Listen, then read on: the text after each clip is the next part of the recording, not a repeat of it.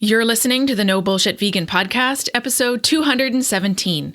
Coach Zoe and I get together for a Coach's Corner type episode, answering questions from our recent online panel event. Welcome to the No Bullshit Vegan Podcast. Myth-busting and evidence-based advice to help you kick butt with your health and fitness on a vegan diet. Here's your host, Karina Inkster. Hey, welcome to the show. I'm Karina, your go-to No-B.S vegan fitness and nutrition coach. Thank you so much for joining me. I just got an amazing Google review from our awesome client, Cynthia, that I wanted to share with you because it perfectly captures how we actually work with people. So Cynthia writes, Karina has built a fitness and health organization that truly understands how to help busy professionals level up their health. I've been working with her for over a year, doing 30-minute workouts at home 5 days a week, and transitioning toward a predominantly plant-based diet, and I've never felt alone in any part of this process. She designed my program around the equipment I already had and adapts it when I travel, so consistency is never compromised. Since starting, I sleep better, feel stronger, and my focus and productivity have improved sharply. If you're serious about your health and need something structured, efficient, and personalized, and want to have some fun along the way, this is an excellent option. So first of all, thank you, Cynthia, for this amazing review. And second, if you're listening to this thinking, yeah, that's me, I want something efficient and evidence-based and actually doable with real life, that's what our coaching is designed for. We work with vegans and veg-curious folks all over the world. We build programs around your schedule and your equipment and your goals, of course. And we make sure that you're supported every step of the way without extremes or guilt or guesswork. Head to karinainkster.com/coaching to learn more about working with me and my team. That's karinainkster.com/coaching. At the beginning of this year, Coach Zoe and I hosted a 5-day No-B.S reset event. And as part of that reset, we hosted a live panel on Zoom. We had so many questions from our audience there that we couldn't answer them all in our time together. So our last episode featured our guests Visanto, Jade, and Corey answering some remaining questions. And today's episode features Coach Zoe and me answering a few remaining questions for us. Zoe Peled is on my team as coach, mastermind behind our client and community events, and creator of content shared with our social media audiences. Zoe is a fitness coach and marketing and community engagement professional based in Vancouver, BC. In addition to her PT certification, Coach Zoe has done additional studies in kettlebell training, vegan nutrition, and accessibility within the fitness industry. Her athletic background spans a wide range of endeavors. Coach Zoe has participated in 3 professional boxing matches, half marathons, Muay Thai, multi-day endurance hiking, and distance swimming, and currently holds an orange belt in Krav Maga from Urban Tactics Krav Maga. She received her BFA in photography from Emily Carr University, with additional studies in critical theory, examining the positioning and terminology around animals. Her personal studies continue to examine animal and human relationships, which has led her to both speaking engagements and internationally published work. Coach Zoe co-founded Ban Fur Farms BC and facilitates events and community relations for numerous local vegan businesses. In 2018, she founded the Vancouver Vegan Resource Centre, VVRC, and Zoe has been vegan for 16 years and an animal rights activist for almost the same duration of time. If you're new around these parts and don't know much about me yet, I'm Karina Inkster, also known as Coach K, fitness and nutrition coach, author of 5 books, 23-year vegan, and TEDx speaker. I'm the founder of KI Health and Fitness, where my team and I lead award-winning coaching programs that help vegans and veg-curious folks worldwide get super strong and build health habits they'll still hold at the age of 103. I hold a master's degree in gerontology, specializing in health and aging. My work has been featured on CNBC, HuffPost, Healthline, Bustle, Livestrong, and more. When I'm not eating dark chocolate or doing a ridiculous number of chin-ups, I perform and teach accordion, piano, and didgeridoo. Here's my conversation with Coach Zoe. Coach Zoe, great to see you on the podcast again. We're back. So this all came about because we did our panel event as part of our No-B.S reset week in early January.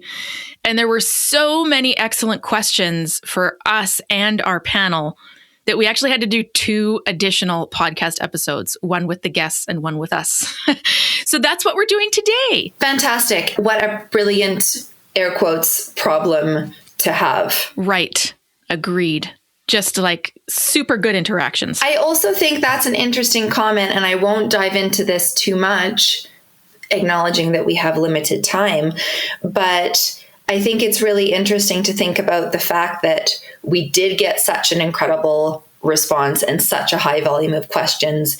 And maybe that's actually a comment on the lack of spaces where people feel comfortable to ask so many of those questions openly. Hey, that's a good question, because we did frame it, or that's a good point, I should say. We did frame it as bring the things you're not sure about, or bring the things you might have an inkling are myths, or bring the things that you've heard someone else say and you don't know if they're true. And it's just kind of like a safe space to ask. Exactly. As human beings, it's usually an inherent trait that when we do feel uncertainty or uneasy about something, that isn't necessarily something which we always want to show or talk to other people or show to other people. So I really appreciate the fact that, not only did we have this incredible turnout, but people were really, really, really engaged and really brought some fantastic questions to the table. Absolutely. So let's jump into one of them. We don't have names for everyone. Some people just had their initials as their Zoom avatar, but I've got 2 from the folks who were on Zoom with us for the panel event. And then one that I just thought would be fun because it's kind of hilarious in its wording, and it's from a Reddit AMA that I did, and I wanted to get your take on that. So we'll get there. That's a good and scintillating introduction to that mysterious question. Right? So, to be revealed shortly. Okay. Let's jump in, though, to a question we got, which was, what are some mistakes you see beginners make when they first get into strength training? Ooh. I'd like to avoid these as I get more consistent with lifting. Any thoughts? Yes. 100%. And I will answer this not specifically in the strength training realm. I would say just in the training realm as a whole. And of course, that includes strength training. Going in too hard, too fast, right off the bat. Good one. And this is a thing that I know us and, other practitioners are acknowledging and trying to work against. But I do still think there is this notion that when we start something new, especially something like training, the expectation is we need to go from 0 to 150 in order for it to be valid. So if we're not training at all, the next day we start, we need to be training every day, and we need to be doing it for 2 hours a day, and we need to be up at 5. And the reality is, number one, that's going to be a huge shock to the system and the body. And number 2, one of the things that we always want to talk about here is longevity and sustainable habits. So talk about setting yourself up in a way that's almost going to inevitably lead to some kind of, I don't want to say failure, but backtracking at some point, because it's not starting with realistic expectations right out of the gate. Yeah, that's a good one. And it applies across the board, not just strength training. It could be anything that people have as something that they want to learn, like a new skill, or getting into a different form of movement, intentional movement, training. I like that. I will throw one thing into the ring, as it were. Love the wording. Thank you. I know, right? I thought you would appreciate that, of all people. So 9 times out of 10, when someone is starting a lifting journey specifically, so now we're talking about strength training, and they have me look at their program, like, hey, these are the moves I'm doing. Do they make sense? 9 times out of 10, for whatever reason, there's way too many isolation moves and not nearly enough compound lifts for someone who's just starting out. So they're showing me a list of things like lateral raises, glute bridges, bicep curls, tricep extensions, things that really focus on one muscle group. And they don't have the 6 fundamental movement patterns nailed. We have that on our website in the resources section. But you want to do a hinge, which is a deadlift, squat, lunge, push, pull, and carry. Not necessarily in every workout, but you have to have those movement patterns taken care of in your training week. And then we can fit in a couple of single joint isolation moves. Yeah. So that's just kind of very generally one thing to keep in mind for folks. Now, here's an interesting question. Do you have a theory as to why that is? Like, why do you think that is? Oh, that is a good question. That is a pervasive thing, that it is pretty common that you see that. Like, it's not just a once in a while thing. It's frequent. It's all the time. I think it's from the bodybuilding world. There's folks who popularize what we would call the bro split, which is like one day is back and biceps. The next day is chest and triceps. The next day is legs. So you're really only training each muscle group once a week, which is not ideal. No. But it's kind of made for people who are on gear of various types, which none of our clients are, as far as I know. And I think that's just popularized in social media and in advertisements, and just people think, well, if I want bigger biceps, I better do bicep curls. And okay, to an extent, that's true. But eventually, only if you've also covered really heavy rows and chin-ups and pull-ups and lat pull-downs. So that's my theory anyways. I think it's from bodybuilding.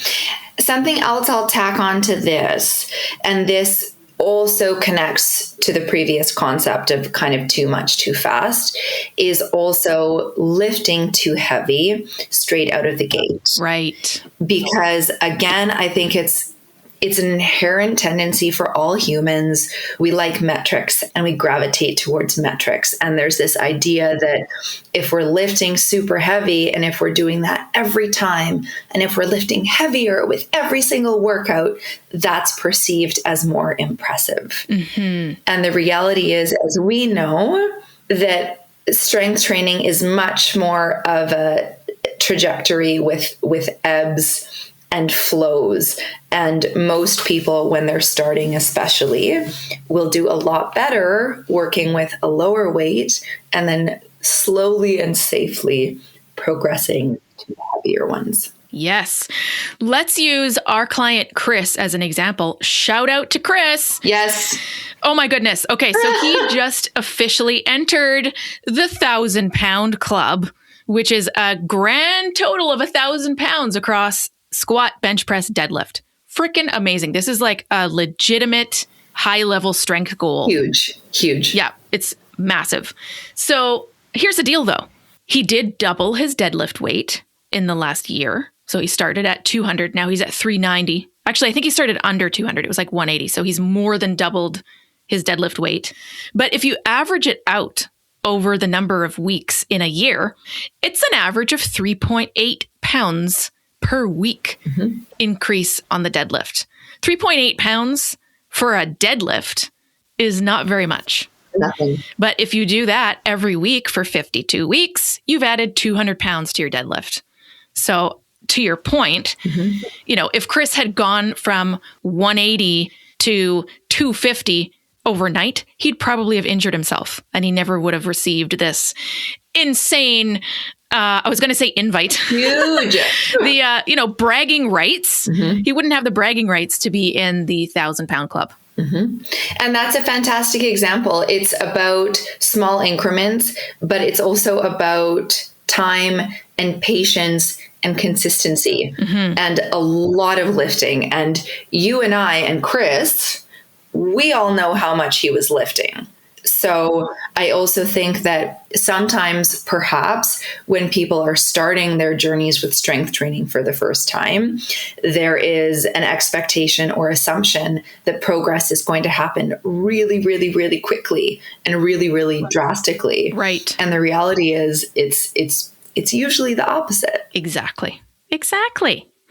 Well, what do you have on your list for us? Okay. So I have this list And we're going to flavor this episode with a special integration, let's call it, of the fact that when we do our Coach's Corner podcast previously, sometimes we talk about certain elements or certain trends in the fitness / nutrition / wellness spaces, which, are kind of flagging for us. So things which are a bit problematic or a bit confusing, or things that, to be blunt, piss us off. Okay. Love it. Okay. So bring it on. The first thing that I would love to put on the table today is pertaining to the glorious subject of creatine. Okay. For the record, I'm sure that a lot of the people tuning in to the podcast know from previous episodes that we are both huge super fans of creatine.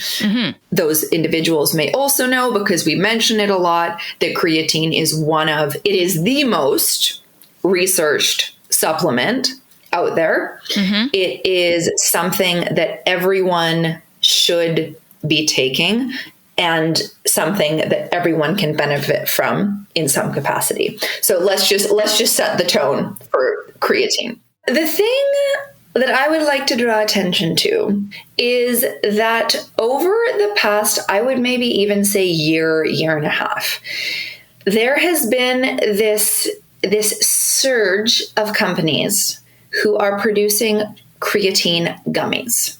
Okay.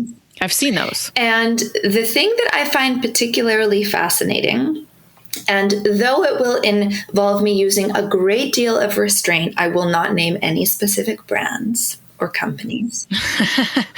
Okay. Certain companies are framing the gummies as the better or the best creatine option for women. Oh, why is that specifically to women? I have no darn idea.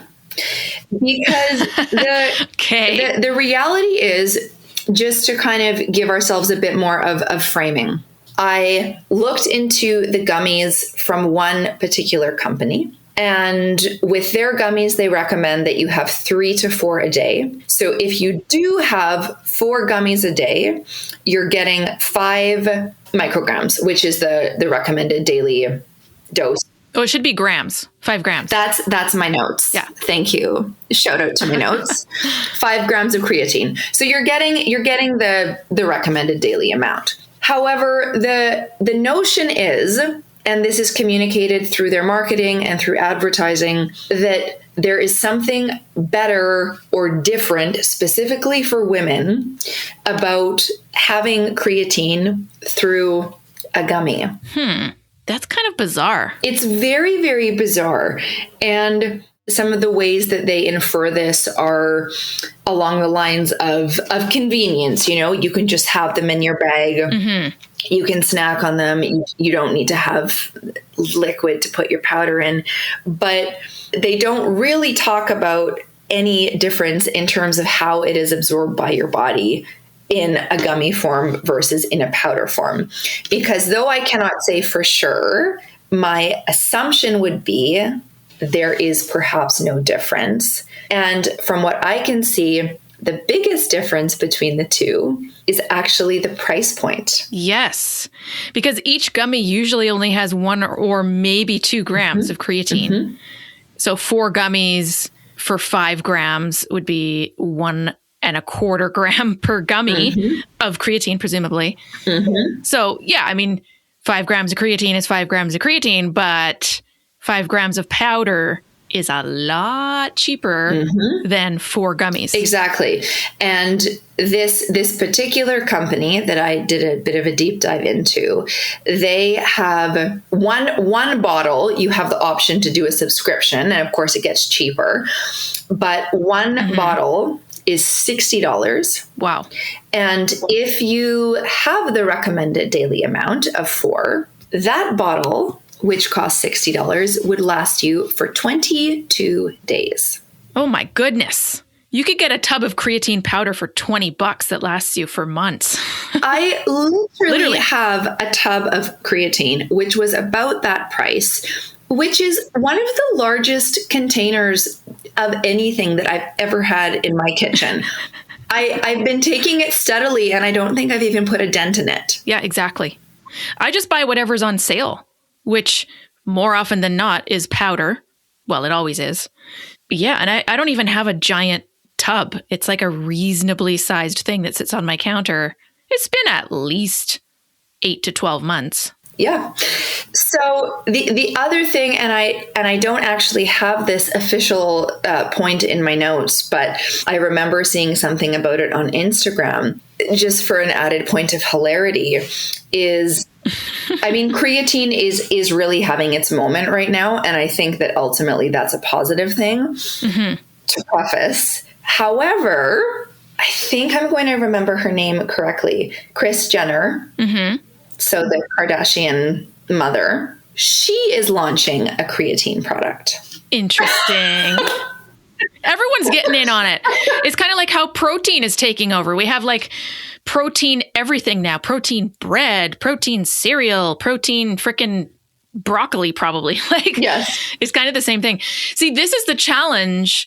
Well, okay, this is one of many challenges with the nutrition / diet / fitness industry. Is like, okay, on one hand, there's a lot of legitimate evidence-based information that will help people improve their health. Creatine is potentially one of those things.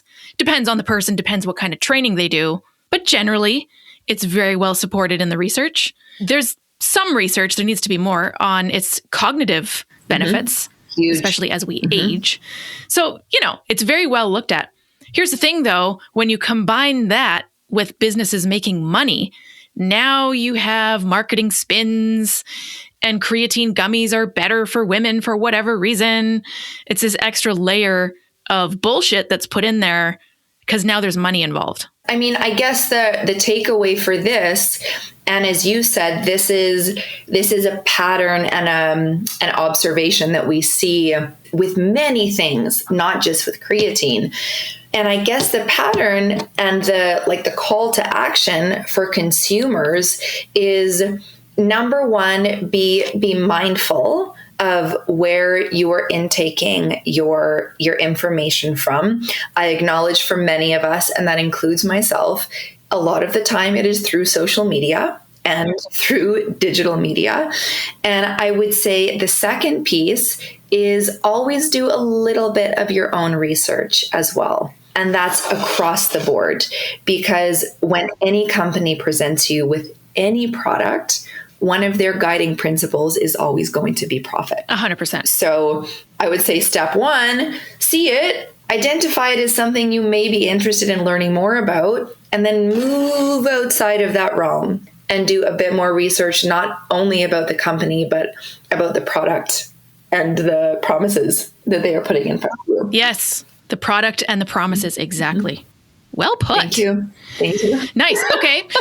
How about the fun question, courtesy of a Reddit user for the Reddit AMA that I did recently? The context, for folks who don't know, is that I've been vegan since 2003. So it's been 23 years. That's the context. The question is, so you've been vegan longer than some people have been alive, and you still lift heavy stuff. How do you convince people they won't, quote, wither away without meat? What say you, Coach Zoe? I have had a bit of a revelation, and this is rooted in activism first, but I'll bring it back here. When I was what we would refer to as a newborn vegan, so if anyone gets the gets the Twilight reference, I will give them a prize. Let me just put that out there as well. I wanted to talk about it all the time to as many people as I could. Every conversation I had, I brought it into the mix. Every dinner, every social gathering, everywhere, I was talking about it as much as possible. Something that I have observed, and this has come with time, but it has also come with, age and a certain element of maturity and shifting perspective, is talking about it is very important. I stand behind that 100%. However, showing is also very important, and leading by example. So when I think about things within the physical realm and the training realm, when we demonstrate what we are capable of, if we're working on like a certain PR for a lift, or if I'm training for one of my belt tests at Krav Maga, which involves a ridiculous amount of preparation and conditioning and lead up time, I now like to focus on showing that. And the fact that I'm capable of all of that as a vegan, that's kind of the fun bonus. That's the icing on the cake. It isn't the leading point. It's look at these incredible things my body is capable of and what I'm doing. P.S. Do you know what I'm fueled by? Yeah, that's a great way of putting it. But don't you feel like some level of, I don't know if anger is the right word. Mm-hmm. I have like this sense of irritation that there's still in 2026, this thing that we have to prove about veganism and vegans. Like this whole conversation is rooted in the assumption that people don't think vegans can kick ass at Krav Maga or lift heavy or do triathlons or whatever. Mm-hmm. It's all rooted in this idea that we still have something to prove. I mean, I always laugh because the thing that still seems to come to the table is this concern around protein. Mm-hmm. And, a lot of the time, the voices that are expressing that concern are the same people who are naming eggs and cottage cheese as their primary protein sources, which, vegan or not, are very, very low on the protein spectrum. But I also think it's important to acknowledge that we have seen in the past few years a bit of a surge in marketing and advertising coming from a lot of the, I want to be careful and respectful of my wording, like the animal AG industries. So BC Dairy, for example, a lot of the meat producers, shifted their marketing strategy and their advertising. And I think that has also impacted how people think and how people think about veganism, because I think those industries feel threatened on some level, which is a fantastic win. And I think their response to that has been pushing out more information and also doing it in a really, really strategic way. Yeah, that's a good point in looking at the like overall context of messaging and businesses and agriculture industry at large. Mm-hmm. So that's a good point. I did just look up, because I forgot the macros of cottage cheese since it's not part of my repertoire at all. I looked up the macros of cottage cheese, and it's like okay as a protein source. Middle. But it has the same number of calories coming from fat as it does from protein. And in eggs, it's way more calories coming mm-hmm. from fat than protein. You can get plant-based products that are almost entirely protein, like fava bean tofu, one of our favorites. I was just going to show them out. 91% of calories mm-hmm. coming from protein. Mm-hmm. Yeah, you were going to say mm-hmm. it, weren't you? For me, it's also about variety. I see these individuals who are literally using cottage. I'm sorry. They're using cottage cheese to make everything. Okay. We're eating cottage cheese. We're making sauce with it. We're making cottage cheese bread and crackers. And one of the things that comes to mind for me is, does it not get boring? Mm-hmm. Because one of the, million things I love about being vegan is not only the abundance and the variety of the food in general, but the variety and the abundance that we have when it comes to protein sources. Right. Yeah, you've often said omnivores usually veer toward 4 or 5 protein sources that are like lean protein, mm-hmm. right? Chicken breast, fish, whatever. Cottage cheese, apparently. Mm-hmm. But we plant eaters have so many freaking options. I actually eat way, way, way, way more different types of foods now than I did even when I was vegetarian before I went vegan. So Yeah. I mean, it doesn't mean that omnivores can't eat those foods. Obviously, of course. They can be, but they don't often for whatever reason. Oh, I'm so glad. I really, really wanted to address that cottage cheese point in your side. Love it. Myth busting the cottage cheese. Okay, what else you got for us? Okay. So I got two more, and this one I will actually insert now because we can maybe springboard it off the current subject. And this is the prevalence of what I eat in a day videos on social media. Oh, very nice. Okay. And of course, I would like to preface my griping with the fact that I understand there is also a large variety of these videos. There is a large variety of people making them, and there is a large variety of intent. I think it can be really useful for, showing people who might be new vegans what a day of eating vegan looks like, or people who are traveling or preparing food in unique circumstances. The thing that I am griping about are the what I eat in a day videos, which infer, sometimes in a subtle way and sometimes in a very direct way, that if you as the viewer eats this exact same day of food between the calories and the macros, you will get the exact same results, and obviously they are framed purely as aesthetic results, as the person in the video. Mm-hmm. That's a really good point. I think it is mostly a framing problem or the background assumption problem. I have no issue with folks saying, hey, look at this thing I made. It's delicious. Do you want the recipe? 100%. That's different framing. I will often say, hey, here's my work lunch. I'm at my desk having a big ass salad. Here's what it looks like. Yeah. People are like, oh, cool. Moving on. That's fine. I've never done a what I eat in a day video because who cares other than me? Everyone has different goals. Yeah. But yes, I think to your point, it's the background.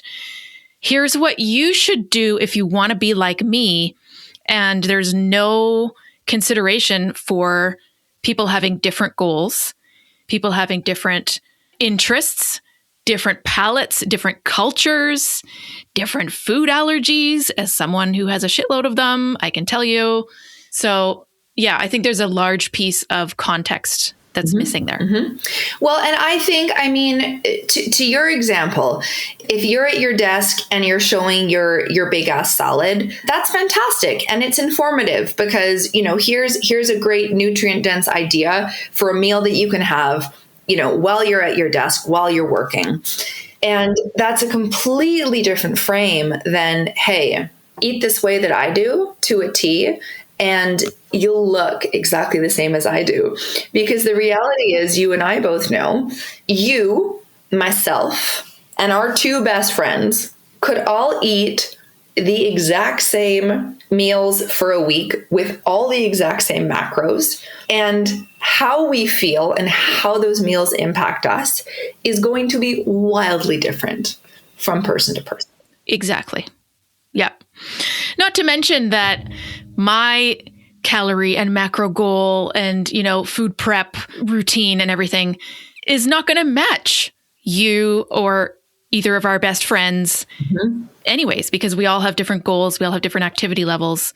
I mean, we have a client who is 4'9" and weighs 85 pounds. Is she going to eat the same amount of food as me? No, definitely not. So I think context, super important here. And also just the general idea of like, I don't know, it's almost like there's one right way. If you're not doing it like me, you're doing it wrong. Or if you're not doing it like me, no wonder you're not getting the results you want. Right? This is not a new thing because we've seen it before. And I'm sure we've talked about it before, is also how potentially damaging and problematic it can be. And I will preface with, I'm not going to actually say any numbers here, but how problematic it can be to share a calorie amount or a macro amount and have a person take that away and assume it may be the best for them. Whereas in reality, that number may be a lot less than that individual needs for their body to function optimally and in a way that's healthy for them. Right. Well, we've seen that a lot with folks coming to us having tried the 1,100 calorie diets that they were told were going to lead to their results or whatever. I've seen many times folks coming into coaching with us trying to hit a calorie goal that's lower than their basal metabolic rate, which is the fuel that they would need if they were in a coma, just keeping their vital organs functioning. So there's still a lot of BS out there about this kind of stuff.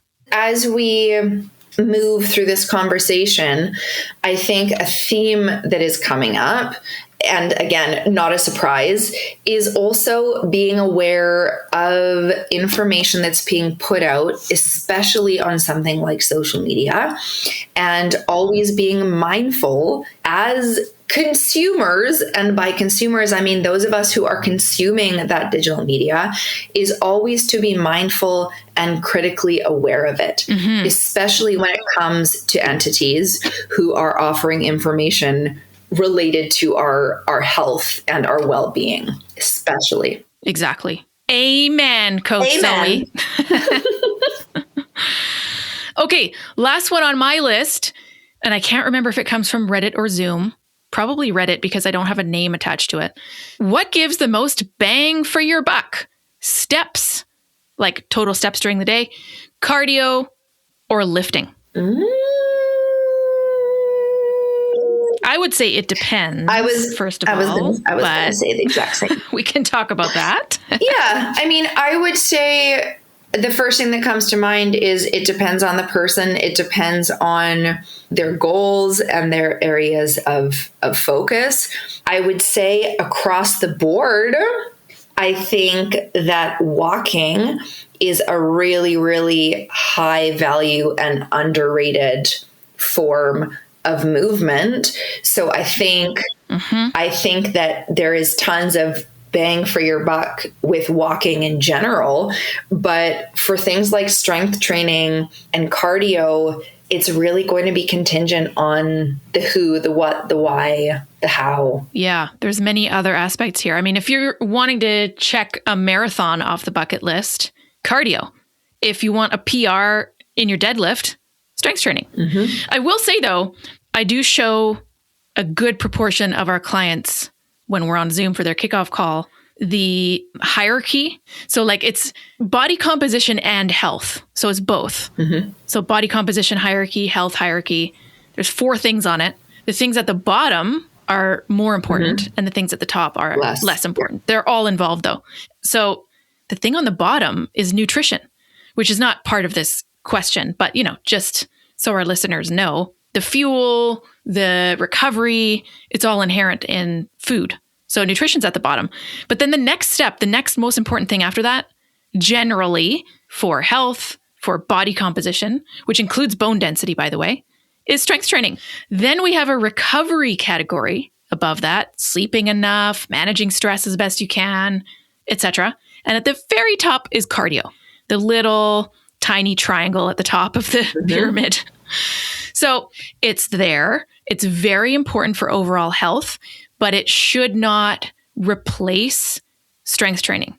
So if someone has a very limited schedule with, only a couple openings for being intentionally active, and they have to choose between strength training and cardio, for me, it's always going to be strength training.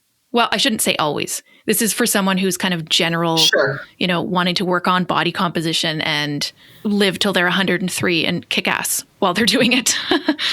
But again, if someone wants to do a triathlon, we have someone right now training for her first triathlon. You're going to need to do more cardio, but you're going to need to also strength train so you don't injure yourself. So there's still both. It just changes in amounts. We may have folks tuning into this who are maybe contemplating starting their journey with strength training, or maybe they're just at the beginning.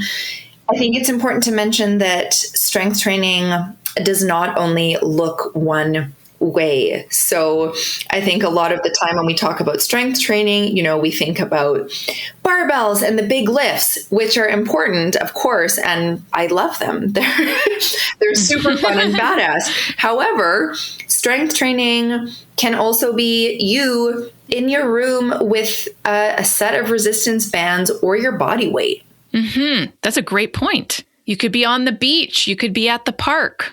Mm-hmm. So many options. I love this question, and I'm glad that they asked it. And I also think there's an opportunity for all of us to maybe shift or reconsider what we have associated with all of those different forms up to this point. Well, yeah. And I think a lot of people go the kind of the unhelpful direction in strength training where they're like, oh, I don't need cardio. Like, I strength train, so I'm good. Who needs cardio? Which is also not the full picture, depending on their goals, of course. Of course. But, for our lungs, for our circulatory system, cardio is important. For a lot of folks, cardio has more mental health benefits than lifting. I mean, it depends on the individual. Mm-hmm. But a lot of folks do cardio. I'll use myself as an example. I always tell people, I don't meditate, but I swim. Yeah. So that's my mental health activity. Yeah.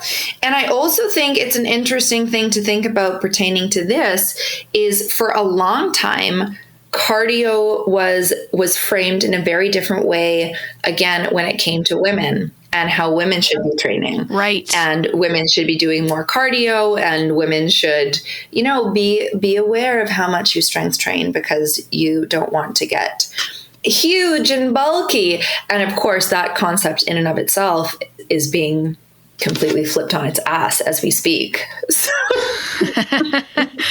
Well, that's a good way of putting it. Finally. Oh my God. That's awesome. Okay. I think you have 2 more points. Let's do them as a power round. I would like us to talk about these.